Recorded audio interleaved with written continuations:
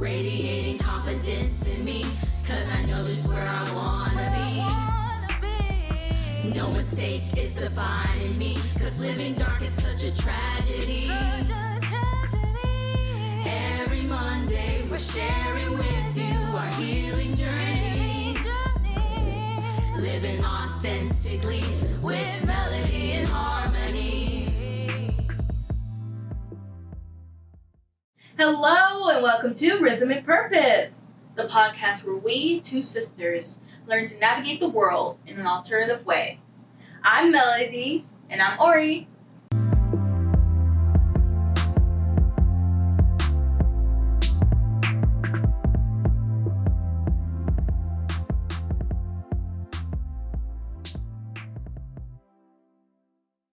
Hey guys, and welcome back to Melody's Indian movie student journey.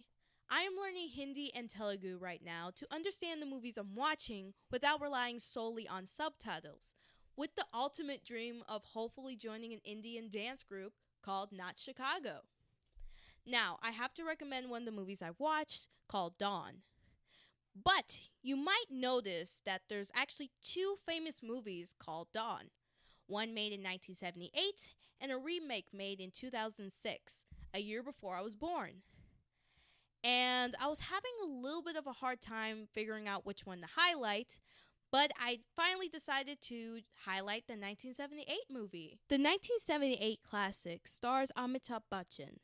This movie is one out of his catalog of over 200 movies that he has starred in.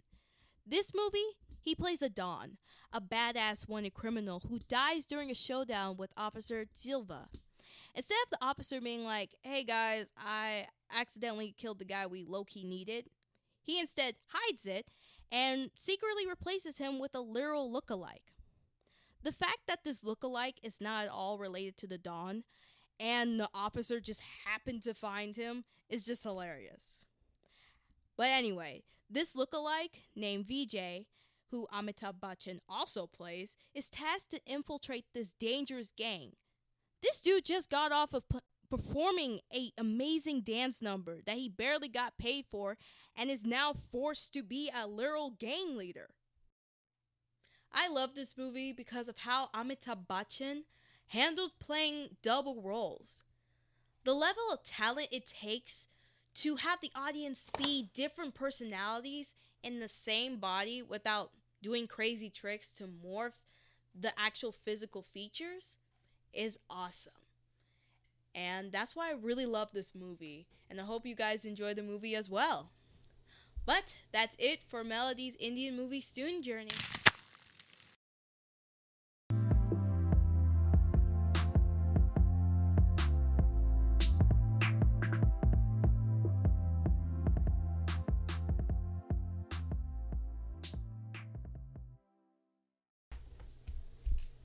Hello everyone, welcome to this week's Growth Track.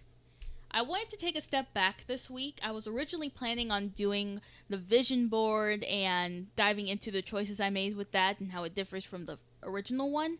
And I was going to talk a little bit about the 10-year plan. But this week I'm releasing the next demo project that I was working on called Proud. And it reminded me of someone really important and experienced that I had. And I wanted to talk about that today instead. Because there are so many cool aspects to the song Proud. But one of my favorite parts is when Dr. and Q starts singing and then goes into talking about the people that helped him on his journey. The mentors, the artists, the producers. And one of them was considered a brother to Dr. and Q. And I had the opportunity 3 years ago to work with him. The stage was very spacious, but because of that, we had to set up the mics a different way because the sound kept bouncing off the walls.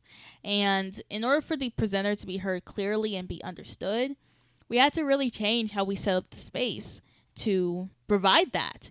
And I had a very basic understanding of mics. Growing up, I knew condenser mics were for studio work and podcasts, and dynamic was for performing. But beyond that, I didn't know much else, and I didn't think there really was much else.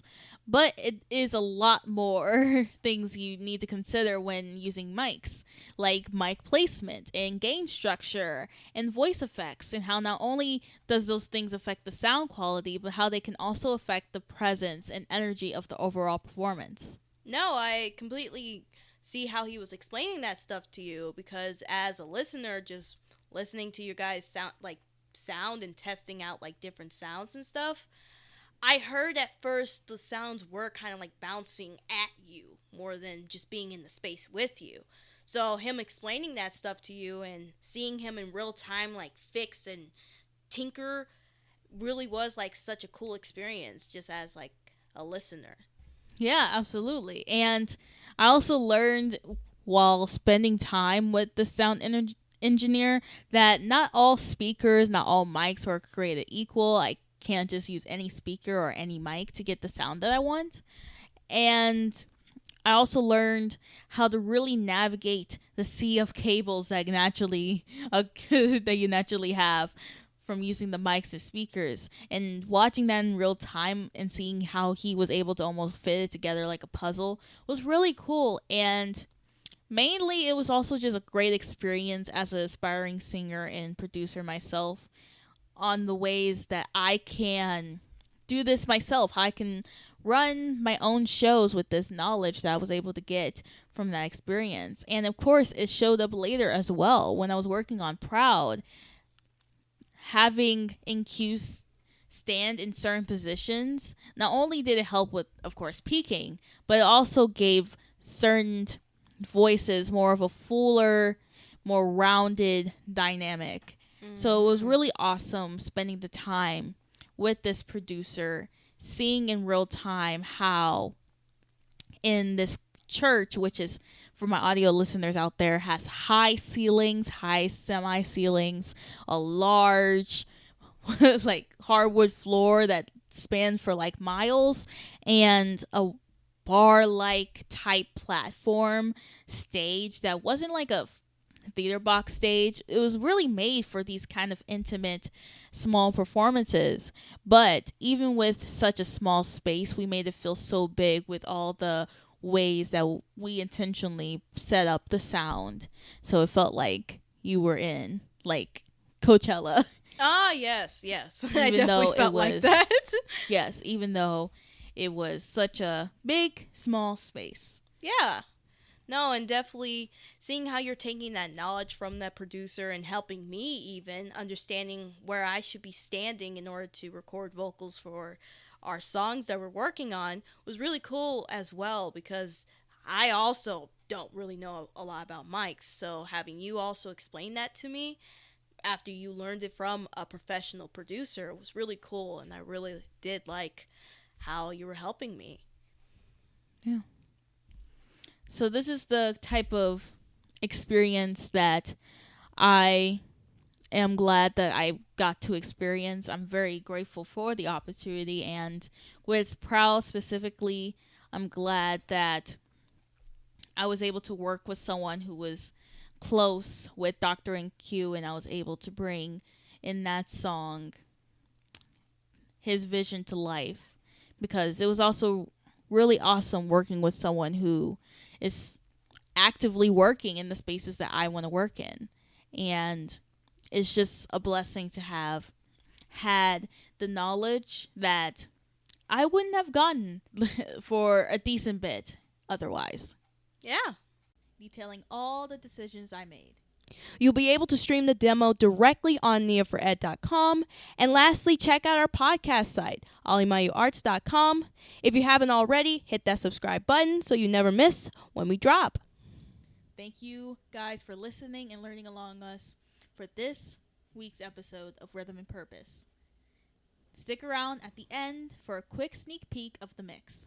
We'll see you next week. Bye. Bye. I don't think